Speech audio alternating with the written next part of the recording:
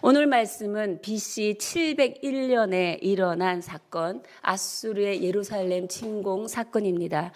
36장 1절에서 우리가 보았습니다. 히스기야 왕 14년에 유다의 모든 견고한 성이 다 점령되고 예루살렘 성 하나만 남아있는 위기의 상황임을 우리가 볼 수 있습니다. 산헤립 왕은 자신의 랍사게, 이 랍사게는 관직명입니다. 오늘날 국방장관을 의미합니다. 랍사게를 보내서 예루살렘을 항복을 요구하고 있는 장면입니다. 유다 백성들은 지금 장기간 성 안에 포위되어 있기 때문에 생존을 위한 이 처참한 상황을 어떻게 견뎌내야 하나라는 절망 가운데 있는 상황이겠지요. 이 항복을 요구하는 내용 안에 그들의 힘으로 줄 수 있는 위협, 그리고 그들의 힘으로 줄 수 있는 회유의 내용들이 오늘 본문의 내용을 채우고 있습니다. 13절 제가 한번 읽겠습니다. 이에 랍사게가 일어서서 유다 방언으로 크게 외쳐 이르되 너희는 대왕 아수르 왕의 말씀을 들으라. 네, 랍사게가 일어서서 유다 방언으로, 어저께 본문의 끝에 보면 유다의 신하들이 어떤 방언으로 말할 것을 부탁합니까? 아람 방언으로 말할 것을 부탁했습니다. 근데 아람 방언은 그 당시에 국제 공용어입니다. 그래서 지식이 있고 신하 정도 수준이 되면 알아들을 수 있는 말이고 일반 백성들은 아람 방언을 알아듣지 못합니다. 그래서 백성들이 동요될까 봐 아람 방언으로 해달라고 유다의 신하들이 부탁을 했지만 단호히 거절하고 이제 너희는 대왕 아수르의 왕의 말씀을 들어라 말하고 있습니다. 이 왕의 말씀이 14절 15절의 말씀입니다. 우리 함께 읽겠습니다. 시작. 왕의 말씀에 너희는 히스기야에게 미혹되지 말라. 그가 능히 너희를 건지지 못할 것이니라.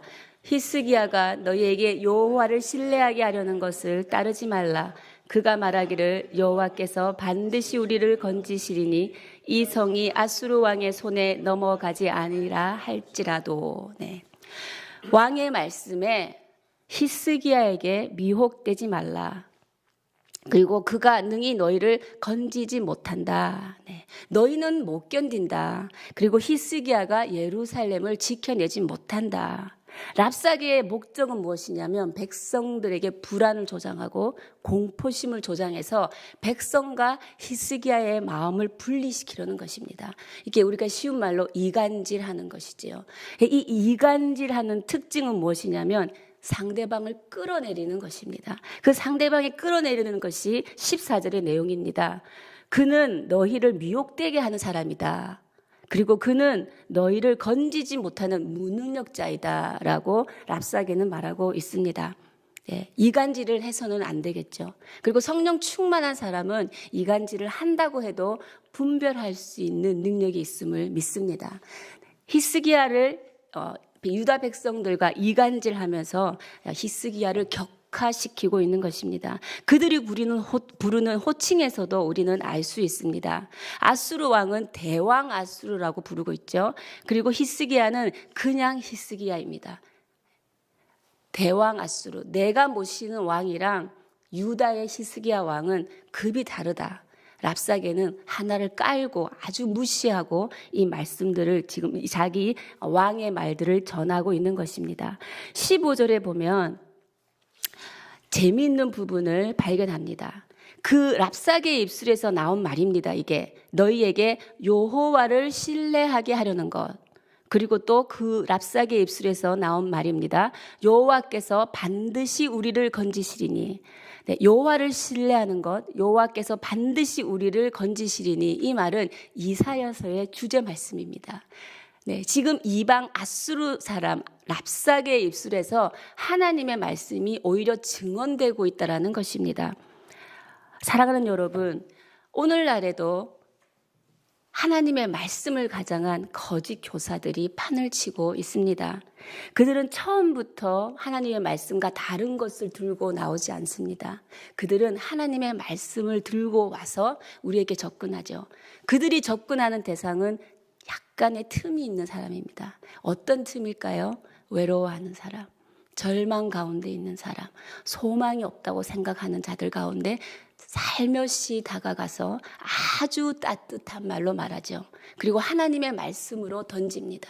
믿긴 거죠. 미혹하는 거죠. 미혹하는 것은 잘못된 길로 유혹한다는 뜻입니다. 그래서 뭡니까? 결국은 그 개인의 사리 사욕을 위해 한 개인을 제물로 만드는 삶, 그 삶을 조장하고 있는 것입니다. 그리스도인은 정신을 차리고 살아야 할 때입니다. 믿음의 사람은 무엇을 두려워해야 합니까? 믿음의 사람은 사람의 말을 두려워해서는 안 됩니다. 보이지 않는 전능자 하나님의 말씀을 두려워하며 살아야 합니다. 그리스도를 믿는 성도들은 깨어있고 거짓 메시지 앞에 깨어있으시기를 주님의 이름으로 축복합니다.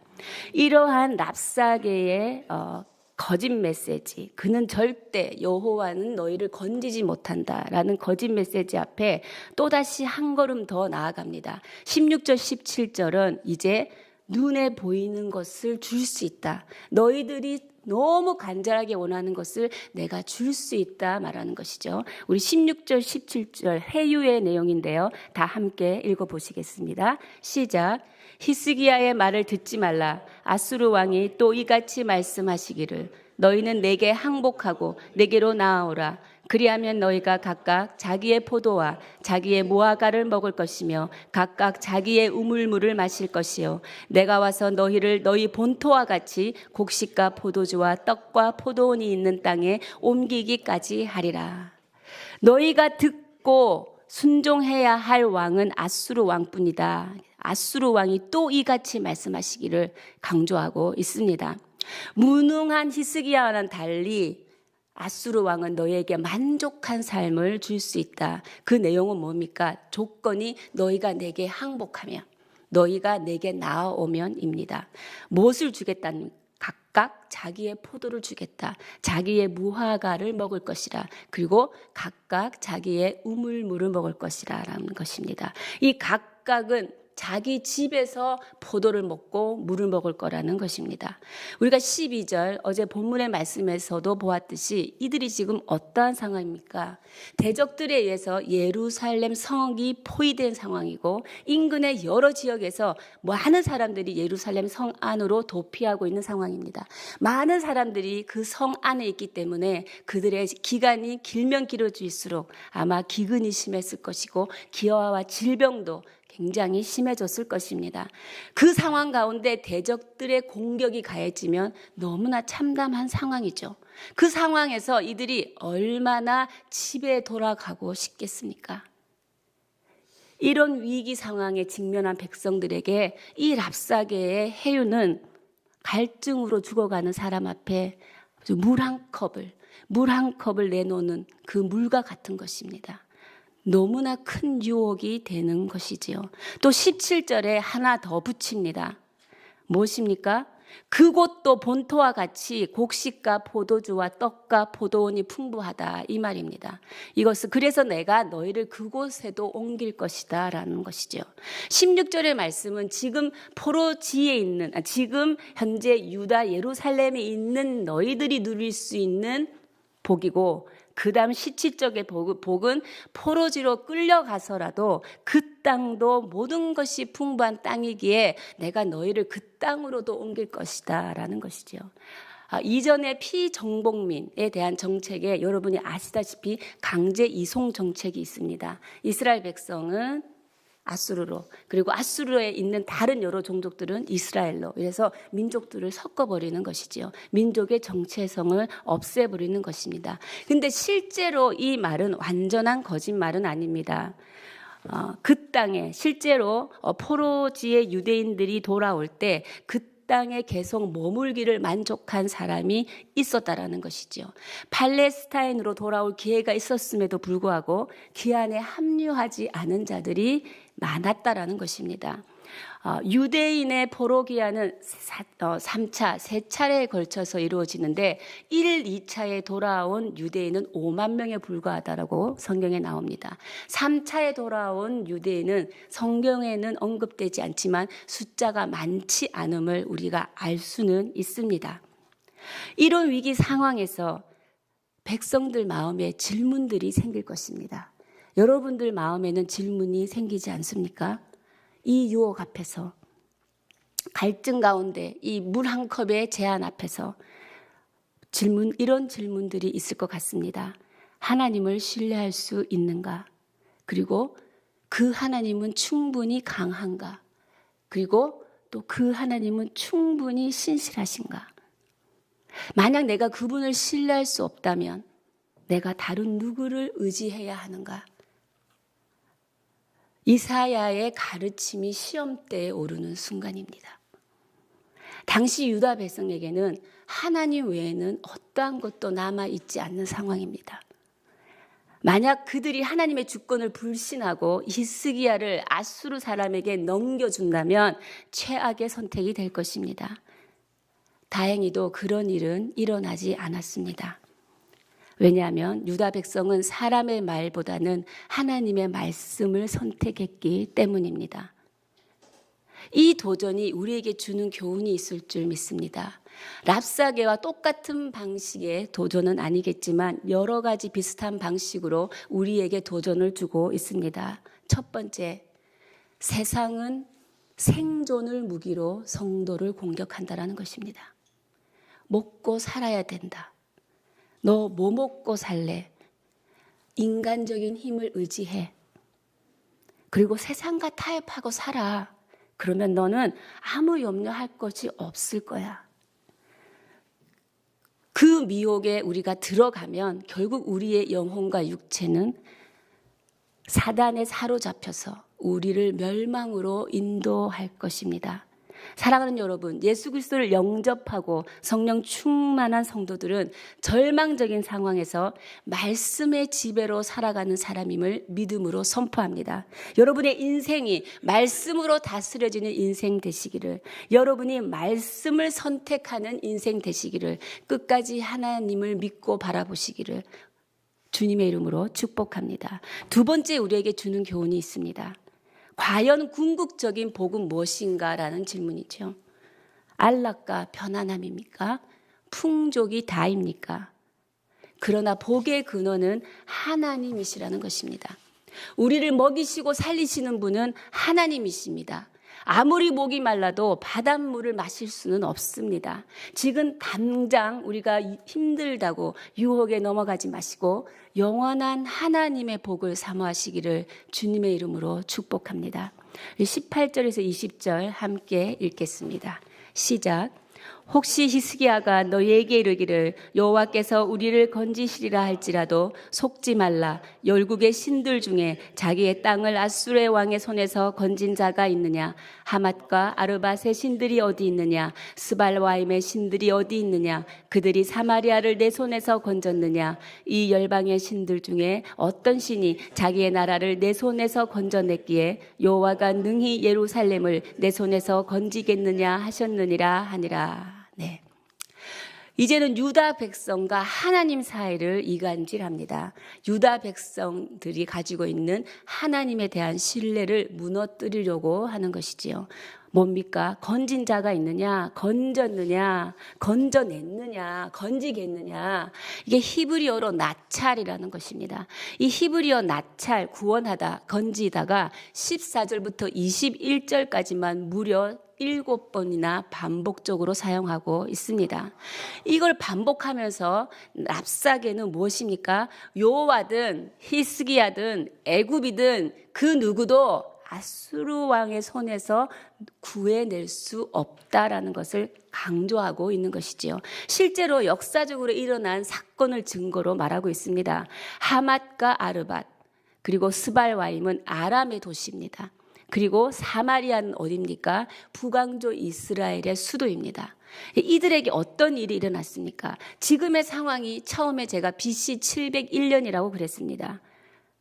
북왕조 이스라엘이 언제 멸망했습니까? BC 722년에 멸망했습니다. 그러니 21년 전에 이미 멸망한 사건을 유다 백성들이 보고 있는 것입니다. 역사적 증거에서 그 누구의 어떠한 나라와 도시도 그 나라의 도시의 신들이 그 나라를 지켜내지 못했다라는 역사적인 증언을 하니까 이 유다 백성들에게 이 위협은 더 크게 다가오고 있는 것입니다.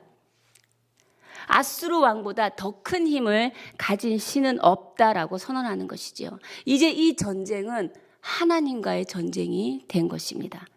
하나님에 대한 신성 모독인 것이죠. 왜? 여호와 하나님도 다른 신들 중에 하나다. 그러니 너희를 당연히 지켜내지 못한다. 너희 역사를 봐라. 무너져 내려가지 않았느냐. 그 유다와 북이스라엘과 아람이 연합하여서 유다를 침공한 사건, 히스기야의 아버지 아스 왕 때의 사건입니다. 그 사건이 BC 735년에서 740년 사이에 일어났습니다. 그때 하나님께서 이미 예언을 하셨습니다. 20년 후에 이 두 나라가 망할 것이라고. 이 두 나라가 20년 후에 망했습니다. 유다 백성들은 이 사건들을 봤기 때문에 굉장히 흔들리고 있는 것은 사실인 것입니다. 사랑하는 여러분, 세상의 진실은 무엇입니까? 세상의 진실은 힘입니다. 힘을 가진 자가 힘이 없는 자를 위협하면 힘이 없는 자는 굴복하게 되어 있는 것이 세상의 진실입니다. 그러나 하나님의 진실은 다릅니다. 하나님의 진실은 멸망이 끝이 아니다라는 것입니다. 하나님이 끝이라 하기 전엔 끝날이 아니다라는 것입니다. 끝까지 너희가 믿음의 집중력이 필요할 때다라고 말하는 것이지요. 끝까지 포기하지 않고 여러분 집중력을 발휘해서 지금이 가장 힘든 상황이라면 그 어느 때보다도 더 하나님께 집중하는 시간 누리시고 선포하시기를 주님의 이름으로 축복합니다. 21절, 22절 우리 함께 읽겠습니다. 시작. 그러나 그들이 잠잠하여 한 말도 대답하지 아니하였으니 이는 왕이 그들에게 명령하여 대답하지 말라 하였음이더라. 그때에 힐기야의 아들 왕국 맡은 자 엘리야김과 서기관 셈나와 아삽의 아들 사관 요아가 자기의 옷을 찢고 히스기야에게 나아가서 랍삭의 말을 그에게 전하니라. 네. 21절은 성도들의 지혜입니다. 위기를 벗어나는 성도의 지혜. 첫 번째 21절에 말하는 것은 잠잠하여 한 말도 대답하지 아니하였다. 침묵인 것이죠. 11절 본문의 내용에 보면 자신들이 공연히 불필요한 말을 해서 상황을 더 악화시킨 적이 있었습니다. 그리고 지금의 상황은 더군다나 신성모독, 주 여호와 하나님에 대한 신성모독에 대해서는 경멸적인 무응답이 최선의 방법인 것입니다. 이 예루살렘의 침묵은 무엇을 의미합니까? 신앙적인 순종의 표시입니다. 그들이 왜 침묵했습니까? 왕이 그들에게 명하여 대답지 말라 했기 때문에 왕에게 순종하였던 것입니다.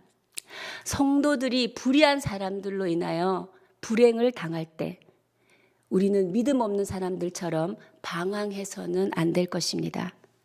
모세가 홍해 앞에서 이성을 잃은 백성들에게 무엇라고 말했습니까? 우리 함께 자막을 보고 읽도록 하겠습니다. 출애굽기 14장 13절 말씀입니다. 시작.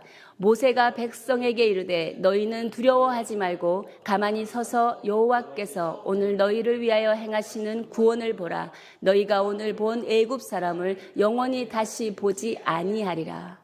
뭐라고 합니까? 두려워하지 말라. 그리고 가만히 있어라. 무엇을 보아라? 여호와를 보아라. 그의 건지심, 그의 구원을 보아라는 것입니다.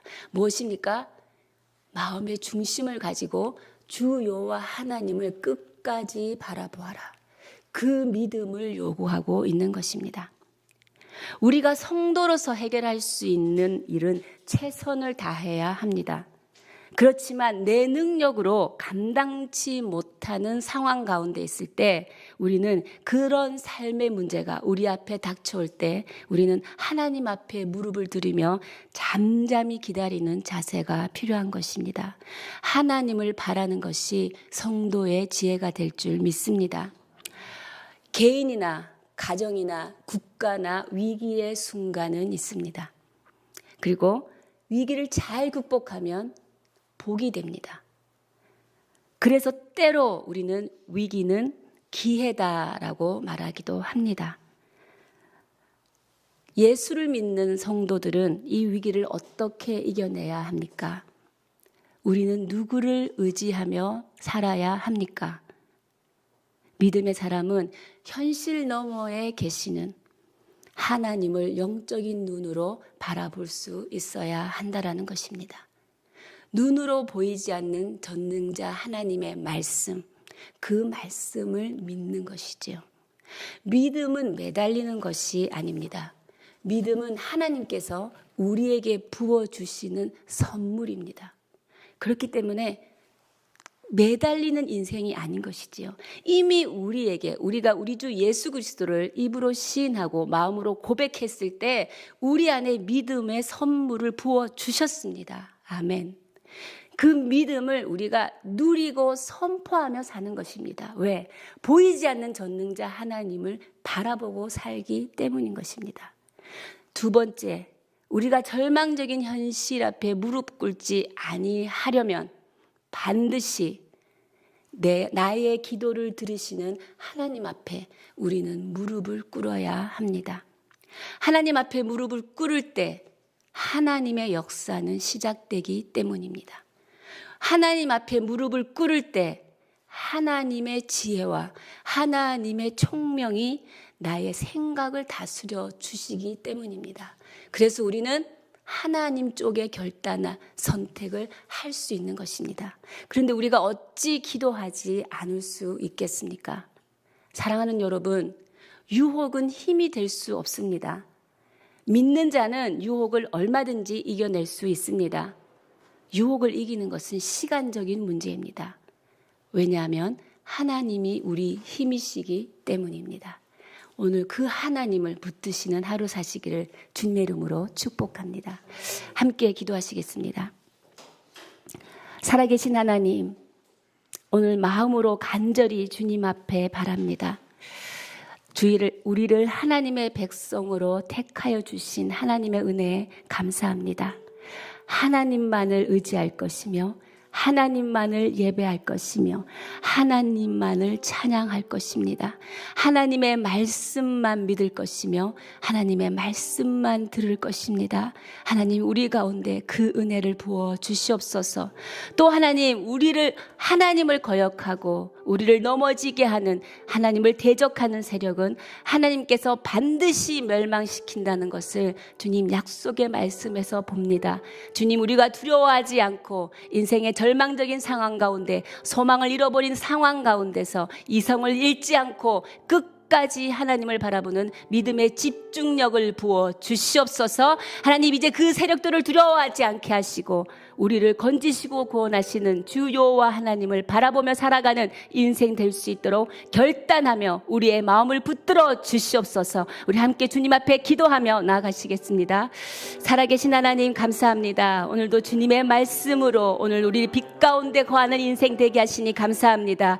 그렇습니다. 하나님, 우리가 하나님만을 예배하는 백성입니다. 우리는 하나님만을 의지하는 백성이며 하나님만을 찬양하는 백성이오니 하나님, 그들의 기도를 주께서 어찌 듣지 아니하시겠습니까? 하나님, 주께서 살아계신 하나님임을 주의 사랑하는 백성들 가운데 경험하게 하여 주시고, 주님, 그 백성들의 신음소리를 듣고 하나님 응답하여 주시옵소서. 주님의 역사를 시작하여 주시고 주님 개입하여 주시고 주님 사랑하는 자들을 건져 주시옵소서. 주님, 위기와 절망 상황 가운데 눈앞에 보이는 현실에 유혹되지 않도록 믿음을 끝까지 지켜내는 믿음의 승리자가 될 수 있도록 하나님, 우리 가운데 오시어 성령을 부어 주시옵소서. 성령의 충만한 역사함으로 오늘도 믿음으로 주님을 바라봅니다. 인간의 모든 현실 너머를 다스리시는 하나님의 주권을 바라봅니다. 하나님, 그 주권을 사모하며 오늘도 그 주권이 나를 다스리고 있고 오늘도 그 주권으로 내가 승리함을 누릴 수 있는 그 인생임을 선포하며